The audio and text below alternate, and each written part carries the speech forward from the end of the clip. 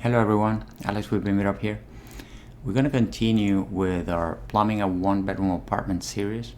Last time we were tackling drainage. We started with this kitchen sink right here. And there was a question posted by Jay that I think it was a fantastic question. So I decided to make a video about it.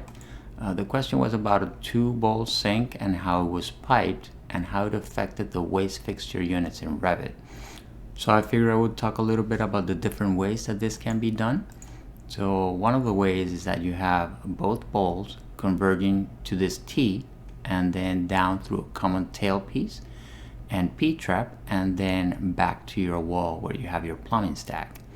And a second way that is very similar is that you have your second bowl here connecting directly to the tailpiece, and that tailpiece comes already with a little inlet, this one right here. And then it comes down to the tailpiece and through your P-trap and back to your stack located behind your wall. And another variation of that is that you have your garbage disposal right here connected directly to your second bowl. And one thing to note here is that, this is an inlet for your dishwasher. So make sure that if you're connecting it at home, there's a little knockout piece here. In this case, I'm sure that it's in there because you don't have a dishwasher connected. But if you're connecting a dishwasher there, make sure you use a screwdriver and knock it out, because it happened to me once that I forgot, and then the pump of the dishwasher can suffer. Anyway, we're gonna focus on the waste fixture units, and I'm gonna give you a few good tips and tricks. I hope you enjoy them. So thank you, Jay, for that great question. And before I forget, I want to thank you, Joe and Brian, for becoming a patron. Not only a patron, a Ninja patron this month. If you want to join our support community, you can do that at patreon.com/bmitup. And now I'll see you in Revit. And before we even start, think about it. It makes sense. If you like this kind of content, make sure you subscribe to the channel. You can hit that bell so you get notifications and you don't miss any of our videos. So Jay posted a very interesting question here. It says, do both outlets on the sink family have drainage fixture units corresponding to them? If so, is it double counting the drain fixture units? I typically see a double bowl sink using a continuous waste with one P-trap. So this is interesting because typically what you would find, let's say this is a double bowl sink right with a faucet. What you would find is typically something like this or something like this, which is the outlet connectors are joined together on the tailpiece and then they have only one P-trap at the end. And that's typically done that way because it's way cheaper and it's more practical. The downside of that is that since you only have one common tailpiece here and one P-trap, if your only P-trap gets clogged, then you have a useless sink until you get to unclog it. Now, if you had two separate P-traps like we did on the video, then if one of them gets clogged, at least you have another bowl to get by in the meantime. So the other part of the question was, is it double counting or not? The fixture itself. So I have here the Florida Building Code plumbing. This is anything that's based off of International Building Code. And you'll see that most sinks are gonna have two drainage fixture units, regardless of the number of bowls. It doesn't really specify that. And that's most likely based on the fact that if you have two bowls, you can still only flow water into one of those bowls because you only have one faucet.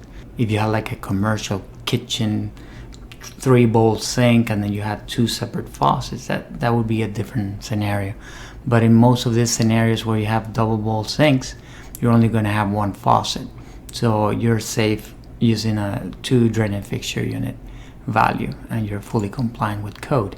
So what do you do in these cases? Well, let's go to Revit for a little bit. So I have recreated that with the Ninja plumbing fixture from Bring It Up. And what you see is that out of each drain, I'm flowing one fixture unit.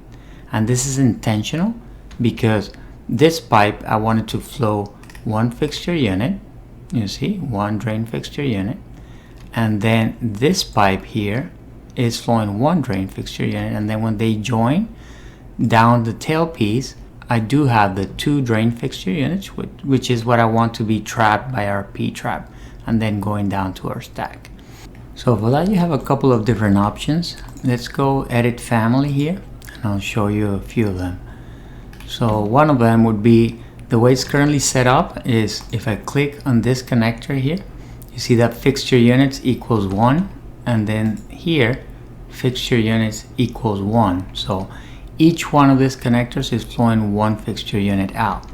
The disadvantage of that is that if you come here, your parameter waste fixture unit is now equal to 1.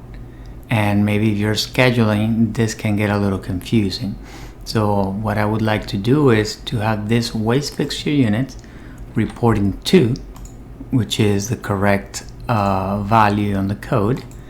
But then now each one of these connectors is associated by default to that parameter is now flowing 2 waste fixture units. So what we can do is disassociate this from the waste fixture unit parameter. You can set it up to none, for example, and then just have this equal to 1 fixture unit, and then you do the same for the other connector. You can click here, you disassociate the parameter, and then you set this up to 1. So that way this connector is flowing 1, this connector is flowing 1, and then the total waste fixture units is 2. Or you could also go crazy and define a new parameter and then make it half of the total waste fixture unit. And then if you change this, let's say to 3 fixture units, then each one of these would be flowing 1.5 or whatever. And here, each one of these we want them to have half of the fixture units. By the way, this is not 3, this should be 2 because generic sync. So let's come here, let's change this to 2. Right, and then this is currently associated to the waste fixture unit parameter. Instead of that, what we want to do is we're going to come here to manage, and then under share parameters, I'm going to go to plumbing, and I'm going to create a new parameter, and I'm going to call it AJS fixture unit of the outlet. And then this discipline is going to be piping, and the type of parameter is fixture unit. So I'm going to click OK. I'm going to click OK, and now I can take this and associate it, instead of to waste fixture unit, to that new parameter, which is a shared parameter. I'll find it here. We call it fixture waste fixture unit per outlet,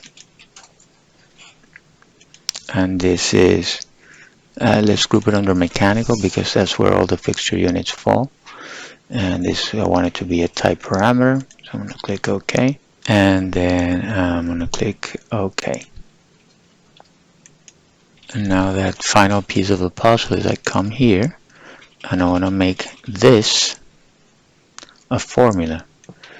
So it's waste fixture units divided by 2, and then that takes 1 automatically.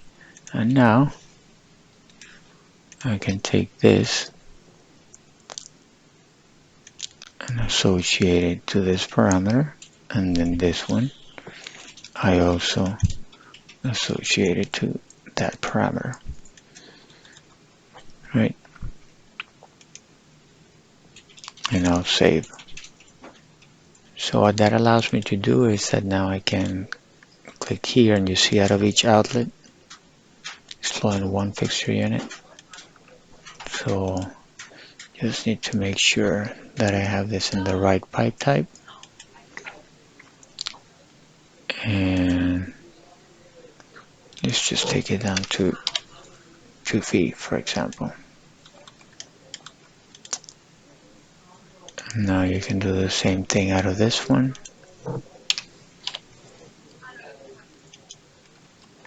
And then each bowl is flowing one fixture unit. But then when you combine them, then this one is flowing two fixture units. And the nice thing is that if you come here to your parameters, you'll see that the waste fixture units is still reporting 2, which is what we want, but each outlet is flowing 1. So if we give this a name, let's say a fixture tag, let's call it SK4, and we'll click OK. And now we go to our plumbing fixture. You see SK4 here. Here, you can see that the waste fixture units are 2, which is what we want. So I just wanted to show you a few different options here. So I hope this clarifies the question, and if anybody had the same question, there you go. And if you have enjoyed this video, make sure you like it down there, subscribe to the channel, hit that bell so you get notified. Thank you for watching, and see you on the next video.